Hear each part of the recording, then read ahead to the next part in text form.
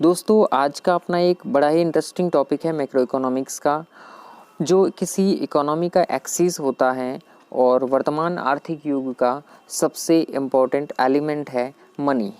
तो हम देखेंगे कि मनी का उद्भव क्यों हुआ, क्या इसके कारण रहे, क्यों इसकी आवश्यकता महसूस हुई, क्या इसकी डेफिनेशन हो सकती है, क्या इसके फॉर्म्स हो सकते हैं। तो इन सारी बातों की चर्चा अपन इस वीडियो के अंदर करेंगे। इससे पहले हमने पहले वाले वीडियो के अंदर देखा था कि दो टाइप के एक्सचेंज सिस्टम होते हैं, दो प्रकार की विनिमय प्रणालियाँ होती हैं। पहली होती है वस्तु विनिमय प्रणाली और दूसरी होती है मुद्रा विनिमय प्रणाली। देखिए वस्तु विनिमय प्रणाली क्या होती है, वो इस पे पूरा एक वीडियो बनाया है। यदि आपने नहीं देखा है तो चैनल पे जाके देख सकते हैं कि बार्टर सिस्टम क्या है। बार्टर सिस्टम में क्या होता है कि वस्तु के बदले वस्तु का विनिमय होता है, जिसे अपन सीसी इकोनॉमी के नाम से भी जानते हैं। सीसी इकोनॉमी का मतलब होता है वस्तु वस्तु अर्थव्यवस्था, कमोडिटी टू कमोडिटी इकोनॉमी। लेकिन इसमें बहुत सारी परेशानियां आई थी, जिन परेशानियों, जिन ड्रॉबैक्स के बारे में अपन ने उस वीडियो में चर्चा की थी कि क्यों मुद्रा की आवश्यकता हुई, क्या वस्तु विनिमय प्रणाली की कठिनाइयाँ रही होगी, क्या ड्रॉबैक्स थे, वो सारे हमने पढ़े थे। आगे अपन चर्चा करेंगे। दूसरी प्रणाली होती है मुद्रा विनिमय प्रणाली। मुद्रा विनिमय प्रणाली में क्या होता है कि वस्तुओं और सेवाओं के बदले मुद्रा का लेन देन। तो वस्तु से वस्तु का व्यापार वस्तु विनिमय, और वस्तु सेवा के बदले मुद्रा का विनिमय मुद्रा विनिमय कहलाता है। आगे देखिएगा कि मुद्रा के उद्भव के क्या कारण रहे होंगे। तो इन कारणों की चर्चा करें तो ये कारण वही के वही है जो वस्तु विनिमय प्रणाली की कठिनाइयाँ थी। वो कठिनाइयाँ कह सकते हैं अपन, वस्तु विनिमय प्रणाली की कठिनाइयाँ कहो या फिर मुद्रा के उद्भव के कारण कहो, दोनों एक ही बातें हैं। अब मुद्रा की डेफिनेशन क्या है, उसकी परिभाषा क्या है, देखिएगा।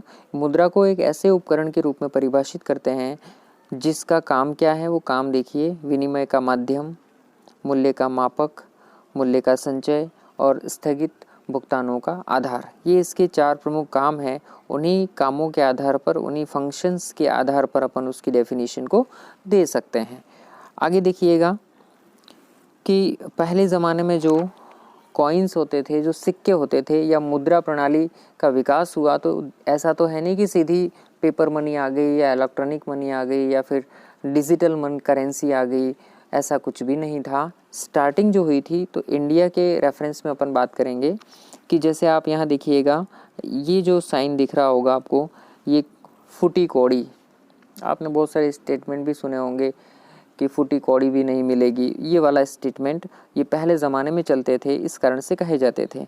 तो ये देखिए आप, ये फूटी कौड़ी है और इसके नीचे आप देखिए ये कौड़ी है, ये बीच में फुटा हुआ है, तो इसे फूटी कौड़ी के नाम से जानते हैं।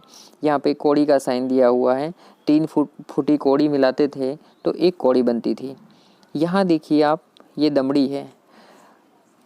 स्टेटमेंट सुना होगा पहले आपने कि दमड़ी जाए पर चमड़ी नहीं जाए, तो ये स्टेटमेंट भी यहाँ पे अप्लाई होता है। इसको देखिए, ये पैसा है। आगे देखिएगा, ये ढेला कहते हैं, ये ढेला था, पहले चलता था। और ये पाई है। तो ये पहले ज़माने में इंडिया में जब इंडिपेंडेंस के बाद में तुरंत ये वाली मनी चलती थी। आगे देखिए कि मनी का जो एमरजेंस हुआ वो कैसे हुआ। सबसे पहले हम देखते हैं कि वस्तु विनिमय प्रणाली थी। इसके बाद सिक्के आए, और सिक्के किसके आए थे? गोल्ड के और सिल्वर के सिक्के आए थे, जो राजा महाराजाओं के काल में डाले गए थे।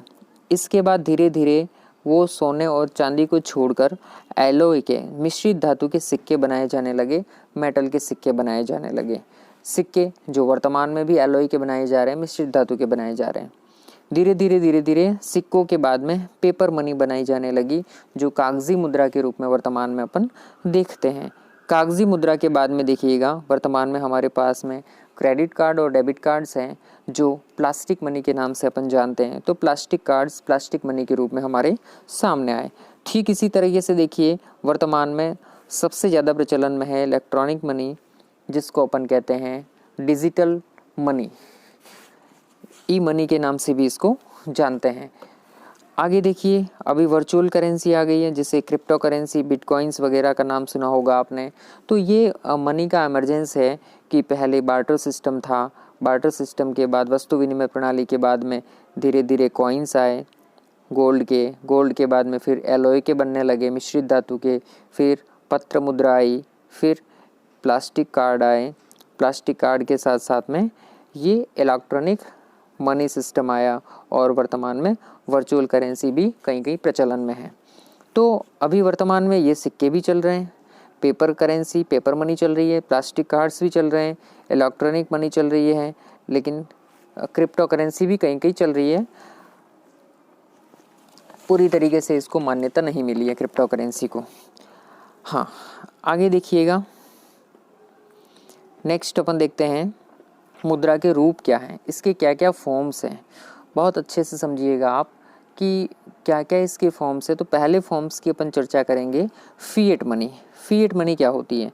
आदेश मुद्रा। आदेश मुद्रा क्या है?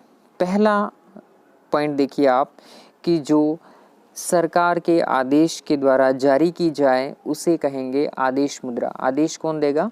गवर्नमेंट देगी। तो गवर्नमेंट के आदेश से जितनी मुद्राएं जारी होती है उसे अपन कहेंगे फिएट मनी। इसे कानूनी तौर पे स्वीकृति प्राप्त होती है, जिससे सरकार ने कह दिया ये मनी है तो उसे कानूनी स्वीकृति प्राप्त हो जाती है। अगला देखिए, जैसे फॉर एग्जांपल भारत के अंदर जितने नोट और सिक्के हैं वो सारे के सारे फिएट मनी के अंदर आते हैं। तो क्लियर हो गया होगा कि फिएट मनी क्या होती है। Concept clear? जो सरकार के आदेश के द्वारा जारी होती है, लीगल होती है क्योंकि कानूनी स्वीकृति प्राप्त होती है, और इसके अंदर नोट और सिक्के सम्मिलित होते हैं। आगे देखिएगा, फिड्यूसरी मनी क्या होती है? न्यास मुद्रा किसे कहेंगे? जो विनिमय के माध्यम के रूप में तो स्वीकार की जाती है, लेकिन डिपेंड करेगा कि प्राप्तकर्ता और अदाकर्ता परस्पर भरोसा रखते हैं और उसके रूप में व्यापार या लेन देन करना चाहते हैं तो ही स्वीकार होगी, अन्यथा किसी प्रकार का कोई कानूनी दबाव नहीं होगा। जैसे चेक, सामने वाला स्वीकार करे तो ठीक है, लेकिन प्रेशराइज उसे नहीं किया जाएगा। आगे देखिएगा, फुल बॉडीड मनी क्या होती है? पूर्णकाय मुद्रा क्या होती है? अब पूर्णकाय मुद्रा का मतलब क्या होता है समझिएगा।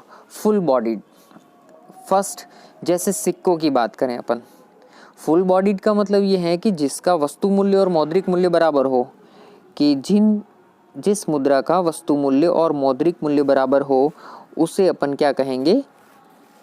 पूर्णकाय मुद्रा कहेंगे। वस्तु मूल्य का मतलब ये है कि जो मुद्रा बनी है उसमें जो मेटल लगा है, जो धातु लगी है या जो पेपर लगा है, तो उस धातु का मूल्य और उस मुद्रा के मौद्रिक मूल्य का मूल्य, मतलब जो मौद्रिक मूल्य है वो दोनों यदि बराबर हो। जैसे 5 रुपए का सिक्का है और 5 रुपए के सिक्के को बनाने में जो धातु लगी है उन दोनों का मूल्य यदि बराबर है, 5 रुपए की धातु है और 5 रुपए का सिक्का बना है, तो ऐसी कंडीशन में उस मनी को अपन कहेंगे फुल बॉडीड मनी। जैसे अंग्रेजों के काल में 1 रुपए के चांदी के सिक्के को कहा जाता था फुल बॉडीड मनी, क्योंकि 1 रुपए की धातु और 1 रुपए का सिक्का था। आगे देखिएगा, क्रेडिट मनी। अब क्रेडिट मनी में ये है कि जिसका मौद्रिक मूल्य तो ज़्यादा है लेकिन वस्तु मूल्य इसका कम होता है। जैसे अभी सिक्के, 10 रुपए के सिक्के की बात कर लें अपन, तो उसमें उसका जो धातु मूल्य लगा हुआ है, उस वस्तु का जो मूल्य वो 10 रुपए के बराबर नहीं है, लेकिन उसका मौद्रिक मूल्य वर्तमान में ज़्यादा है। तो हम नोटों की बात भी कर सकते हैं। आगे देखिएगा कि हार्ड करेंसी क्या होती है और सॉफ्ट करेंसी क्या होती है। बड़ा इंटरेस्टिंग है कि हार्ड करेंसी किसको कहें और सॉफ्ट करेंसी किसको कहें। इंटरनेशनल मार्केट के रेफरेंस में इसको देखना है कि जिसकी डिमांड ज़्यादा, जिसकी मांग ज़्यादा अंतर्राष्ट्रीय बाजार में, उसको कहेंगे दुर्लभ मुद्रा।